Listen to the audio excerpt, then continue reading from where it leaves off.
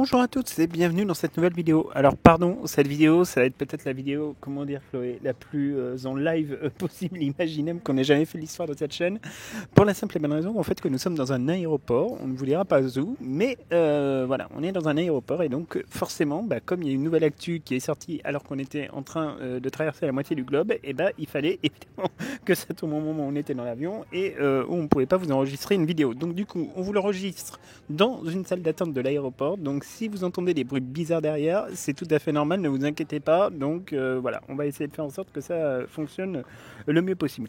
Alors comme vous le savez, sur cette chaîne, le principe c'est de vous tenir au courant le plus souvent possible, évidemment, des actualités du monde magique et surtout, évidemment, de ce qui se passe en ce moment autour de la série, puisque c'est évidemment la très grosse actualité du moment.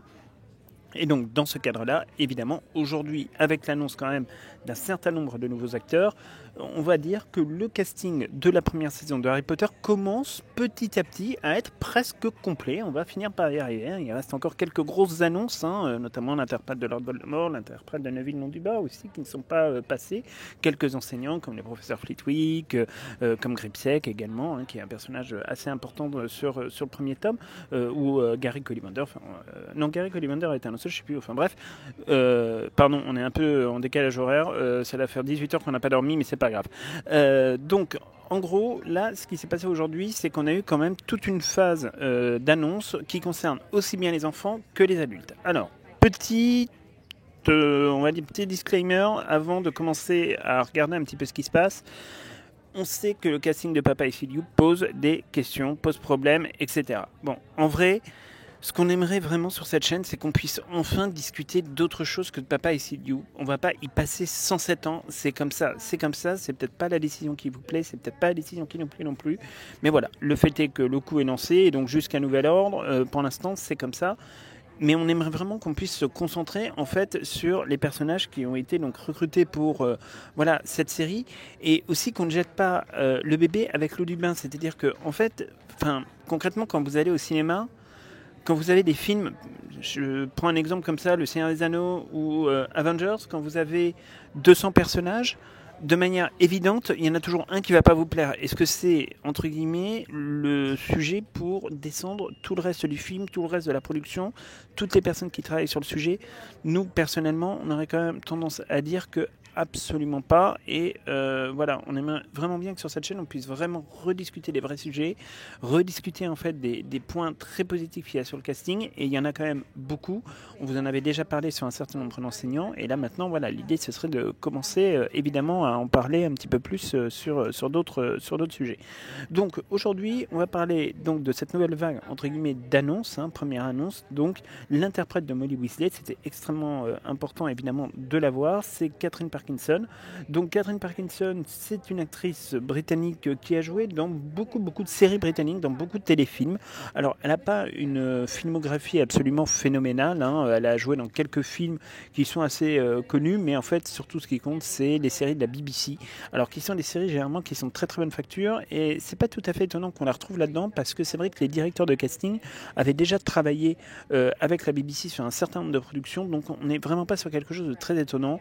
Alors elle a travaillé notamment sur une série que nous on a absolument adorée, qui est une série avec Benedict Cumberbatch et Martin Freeman qui s'appelait Sherlock, donc qui était vraiment très très bon, et ça franchement c'était vraiment quelque chose de très positif, d'avoir voilà ce niveau de qualité, et des acteurs qui étaient dans ce genre de série avec ce niveau de qualité là, c'était vraiment quelque chose de franchement bien. Et là en l'occurrence c'est vrai que c'est une actrice qui a eu certaines petites nominations. Alors voilà, c'est pas des Oscars, c'est pas ce genre de truc, mais on est sur une série télé, on n'est pas sur un film, donc c'est normal. Mais voilà, le fait est qu'elle a joué quand même aussi dans des séries qui ont été très populaires, alors principalement en Grande-Bretagne, notamment pour Hit Crowd, qui voilà, est une série qui, je crois, n'a pas été diffusée en France. Il me semble qu'elle a été fut une époque sur Netflix, mais je suis pas sûr. Faudrait qu'on regarde, mais vous comprendrez qu'après beaucoup d'heures de vol, on est un peu claqué.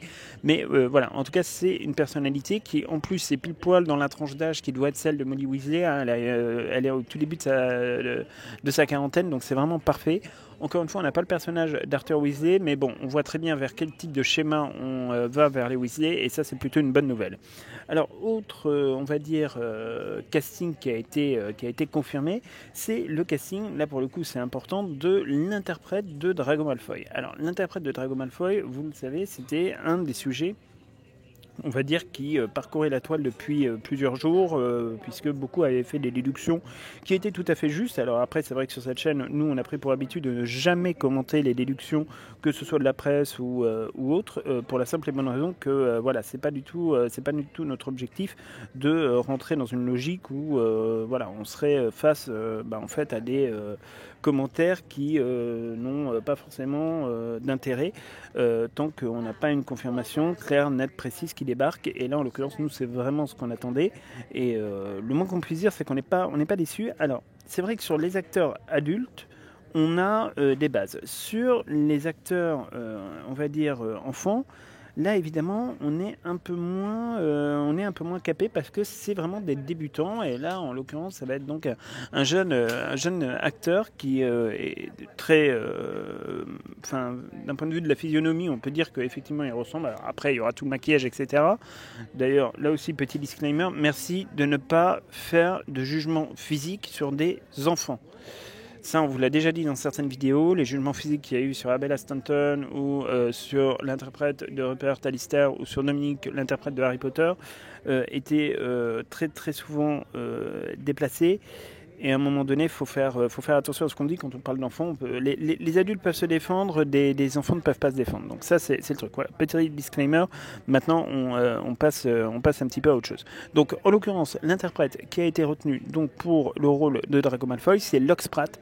Donc voilà, qui a vraiment la tête de l'emploi. Alors, il a joué dans une série qui est en cours de production. Donc, qui pour l'instant, on n'a vraiment aucune base pour nous permettre de dire si ça a été réussi ou pas réussi. Mais bon, on espère évidemment que ce sera le cas. Et en tout cas, bon, a priori, ça reste quelqu'un qui est très impliqué sur le champ théâtral aussi. Donc bon, on va voir un petit peu ce que ça donne. Alors, puisqu'on en est au Malfoy, il y a l'interprète évidemment de Lucius Malfoy qui a également été annoncé, Johnny Flynn. Alors d'ailleurs, on sait que Jason Isaacs a réagi de manière très très positive en expliquant que c'était vraiment un excellent acteur et donc quelqu'un de vraiment tout à fait taillé pour le rôle. Et c'est vrai que pour le coup, c'est quelqu'un qui a une carrière franchement assez complète en vrai. Parce que c'est un homme qui a joué au théâtre, c'est un homme qui a fait du cinéma, qui a fait de la télévision et qui est également un chanteur. Alors il est d'origine sud-africaine, donc ça va être une première pour Harry Potter, même s'il est de nationalité britannique. Mais voilà, c'est quand même un gros CV. Il a de très très grosses productions et notamment des productions chez Warner. Alors notamment un film qu'on a beaucoup aimé qui est sorti, je crois que c'était l'année dernière ou l'année d'avant, en 2022 ou 2023, qui s'appelait La Ruse avec Colin Firth notamment et qui revenait en fait sur toute une opération qui avait été menée par les services secrets britanniques pendant la Seconde Guerre mondiale. Ne nous demandez pas pourquoi, on est des énormes fanatiques de films sur la Seconde Guerre mondiale, c'est vraiment quelque chose qu'on adore. Et il a retourné assez récemment d'ailleurs avec Helena Bonham Carter dans un autre film historique qui se passe aussi durant la Seconde Guerre mondiale et qui s'appelle Une vie et qui raconte en fait l'histoire d'un homme qui a sauvé près de 630 enfants juifs pendant la Seconde Guerre mondiale et c'était vraiment un film qui était très très bon et c'est deux très grosses productions de la Warner Bros qui ont plutôt bien fonctionné au box-office et vraiment avec des castings qui étaient très talentueux et qui tournaient bien. Donc voilà, encore une fois, c'est pas un très grand nom. C'est sûr que ça n'atteint pas le nom de Jason Isaacs, mais qui, lui, était là pour le coup un peu au-dessus de tout, parce que c'est vrai que c'était l'époque où il y avait des acteurs absolument formidables. Là, on est sur une série télé, mais on est vraiment sur un profil qui est très intéressant et qui, lui aussi, est quand même dans voilà, un timing d'âge qui correspond quand même au personnage, et ça, c'est vraiment cool. Alors, il y a également un autre acteur qui a été annoncé, donc là aussi c'est un enfant, alors on sait qu'il fait craquer la toile, hein, tout le monde le trouve extrêmement mignon, et c'est vrai pour le coup qu'il est absolument adorable, c'est l'interprète de Seamus Finnegan. Pour être assez honnête, c'est vraiment comme ça en plus qu'on se l'imaginait en lisant les livres, donc vraiment c'est un super choix. Alors lui pour le coup il n'a absolument rien à son actif à ce stade, c'est normal, c'est un tout jeune garçon et donc voilà, il aura plein de preuves à faire et c'est absolument fantastique. Une autre actrice a été annoncée, alors on n'attendait pas nécessairement à ce qu'ils annoncent le casting de Parvati Patil tout de suite, alors c'est vrai que c'est des personnages qui apparaissent dès le premier tome, hein, puisque de toute façon ils font leur entrée en même temps que Harry Potter, mais là voilà, l'actrice donc, de Parvati a été annoncée, ça sœur ne l'a pas encore été. C'est Alessia Leoni, donc qui est une jeune fille très jolie, très mignonne, avec un très joli sourire, et qui effectivement colle parfaitement à la description du personnage dans les livres. Et donc là-dessus, on a vraiment envie de voir un petit peu ce qu'elle donne. Là aussi, il n'y a pas beaucoup de, on va dire, de base sur son parcours, hein, parce que c'est voilà, une toute jeune fille, donc c'est tout à fait normal. Pour l'instant, il n'y a rien, mais pour le coup, ça va être plutôt pas mal. Alors, autre surprise, c'est le casting de Lavender Brown. Lavender Brown, pareil, on ne l'attendait pas tout de suite, dans la mesure où, effectivement, c'est un personnage qui apparaît quand même assez tardivement dans les adaptations cinématographiques, mais il faut se souvenir que, effectivement, ce n'est absolument pas le cas pour ce qui concerne, on va dire, les livres où, effectivement, elle apparaît tôt, même si, effectivement, voilà, ça reste quand même un acteur qui, normalement, est très secondaire dans les livres, mais ça peut être intéressant de la voir. Alors là aussi, c'est une petite jeune fille qui a été choisie, donc qui porte le nom de Sienna Moussa, qui est elle aussi absolument craquante et de manière assez évidente, compte tenu de son jeune âge, elle aussi n'a pas vraiment de carrière derrière elle, mais là aussi beaucoup de preuves à faire et probablement beaucoup de belles choses qui vont débarquer. Alors ensuite, on rentre dans le dur du dur, puisque là, on a eu le casting de Pétunia et de Vernon Dursley. Alors Pétunia Dursley, elle sera interprétée par l'actrice Belle Powell. Alors Belle Powell, c'est une actrice qui est quand même très connue en Grande-Bretagne, alors un petit peu moins en dehors des frontières britanniques.